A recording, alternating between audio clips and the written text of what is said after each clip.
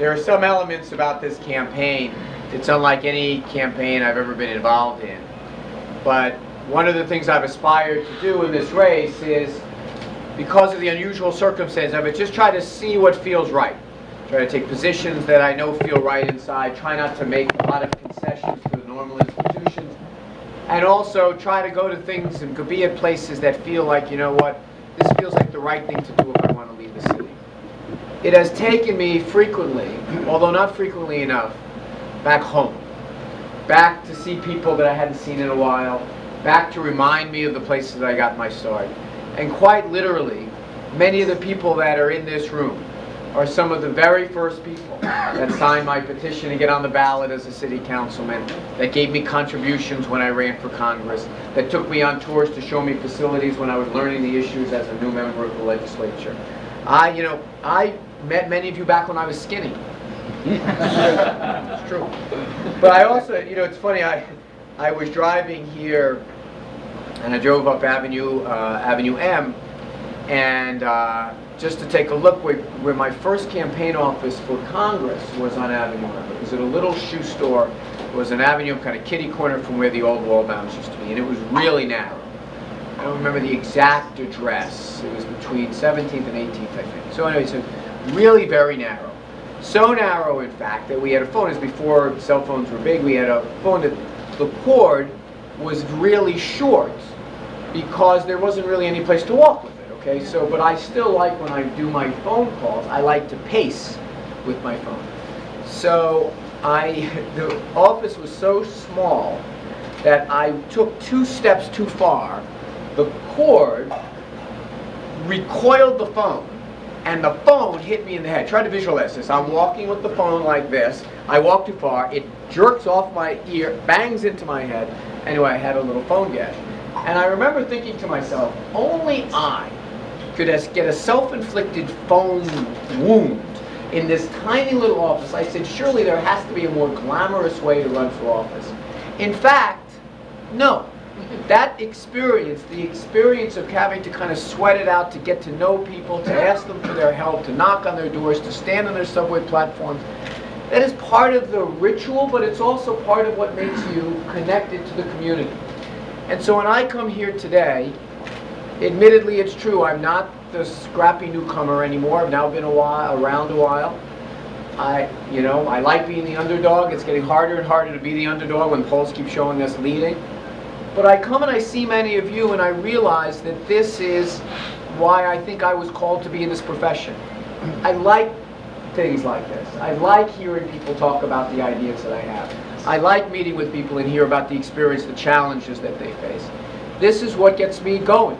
I am not someone that, can split the atom. I'm not someone, if you left me in one of your businesses for a few weeks, I'd probably drive it into the ground.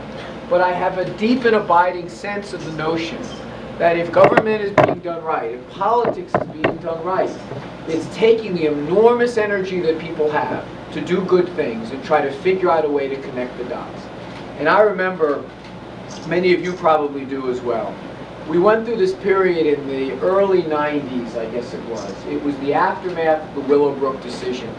And we were fundamentally changing the way that we were going to take care of those people who were developmentally disabled. And we were not going to warehouse them in big buildings anymore. Reports had come out showing how humane it was. Also, the way that it dehumanized those people, it just had to stop. Now, that was the easy part. That was the thing that everyone agreed upon. What people didn't quite agree upon is, okay, if not that, then what? And I remember that there was a proposal. I was a city councilman. I'd only been a city councilman for a short period of time. There were proposals popping up different places to move group homes for these people, many of them young people, most of them young people, onto neighborhood blocks not dissimilar to this one. And I got a chance to meet people like David Mandel and others who talked to me about what was going on in their facilities with OHEL as an example. And I remember having this feeling that, as hot and as contentious as these issues are, and I know some of you folks have been around for a while, you remember that period of time? It was like every week there was another fight over another one of these things, and there was a whole number of people in our community who were, not because they're bad people, but because they were insecure and weren't sure what they were getting and didn't want a challenge to their neighborhood, that were fighting these things as if it was, they were fighting opening up a prison in their life. But that experience to me, having an opportunity to learn about the issues, getting a chance to tour a couple of these facilities, meeting some of the people that are involved, made me a lifelong devotee of the things that OHEL does. When folks from the Hebrew Academy for Special Children came to me with a similar type of thing, come pay a visit. When Rabbi Pincus took me to some of the programs that Coach O. Flatbush did. These are things that you can only be a good representative if you have an experience doing. So here I am today, having been in Congress for 13 years, 7 years in the City Council. I ran for mayor in 2005. But when I think of the things that I care about the most, they're the things that harken back to my experience. So many people in here represent organizations and institutions and ideas and philanthropy and tzedakah and just a general sense of how to make our world work that now courses through my veins as part of who I am as a political figure, part of who I am as an elected official. And I have to say, I think it's going to make me a better mayor because of it. That I don't have to be introduced to the people of Flatbush, that I don't have to hear about the need for some of these services in a briefing paper, that I don't have to have a protest outside my office to understand why these things are important. It's something that is inside me. When I went to Congress and I would hear the stories after September 11th about police officers coming and doing these audits of yeshivot and of our local institutions and pointing to things and saying, here's what you can do to make your institution safer. And then you'd have yeshiva administrators and Rob looking at these pieces of basically, how am I going to pay for all of this? Well, that's when I went to work to come up with the nonprofit Homeland Security grant.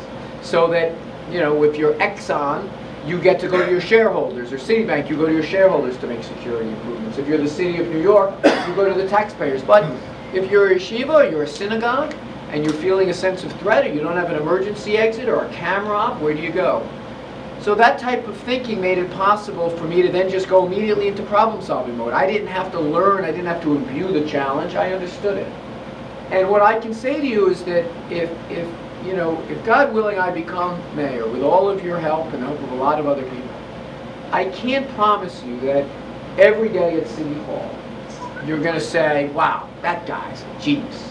And I'm so glad he's there. There are going to be times you're going to say, what a putz, I can't believe it. Trying to raise our taxes, what's he doing? You know, as soon as I figure out a way to get a curb cut by my house, they're changing the zoning, what's the matter with these people? You know, what does it take to get some sanitation picked up in this neighborhood, Arab Bayside? What does it take?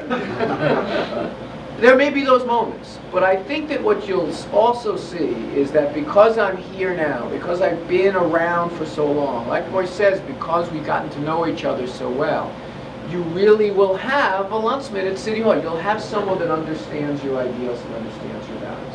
And I think, in the final analysis, that's what government should be about. And let me just conclude with this thought. You know, when people say, you know, run for office, you've got to be an expert on thousands of different things and know answers to every question, it's not really that way at all. All you have to do is you have to have a sense of the challenge that your constituents face and try to figure out a way to shorten the space between government and those challenges. You don't need to solve every single problem. You just need to get it. You need to understand what people are going through, communicate that you get it, and do everything you can to bring government to the place where it tries to solve some of those problems. You don't always get it overnight. Sometimes it's a lot of planning and a lot of thinking and a lot of aggravation, but that's what you've got to do. And I can tell you, in closing that gap, we have one big advantage in this community if I become mayor. You don't have to spend a lot of time explaining to me why these things are important. You don't have to spend a lot of time advocating and lobbying. We can go immediately to try to solve those problems. And I can tell you, I think there's a reason that I'm getting a good response in this campaign. Is because I've said I'm going to try to do it differently. I'm not just going to round up every union, every political club, every endorsement of every famous person I could find. I'm going to take the experience that I gathered through years in government and through years of trying to solve problems. I'm going to take an added healthy dose of humility because some of the things that I've been through. And I'm going to try to construct a campaign based on ideas on how we solve problems. And lo and behold, without doing much more than that basic calculation, we're doing remarkably well. And now, with your help and helping me have the resources to be able to run a professional, top-notch campaign, we're ready to go. And it's only another 63 days before this primary. So this may seem like, oh, it's way off. It's really not that far away. And with your help, and with God's help, and with the support of my family, and the support of a lot of people that I may never meet, we're going to win this campaign. And then the next time we have one of these amazing spreads, it'll maybe be at the Kosher Kitchen. We're going to put it at Gracie Mansion. So thank you very much.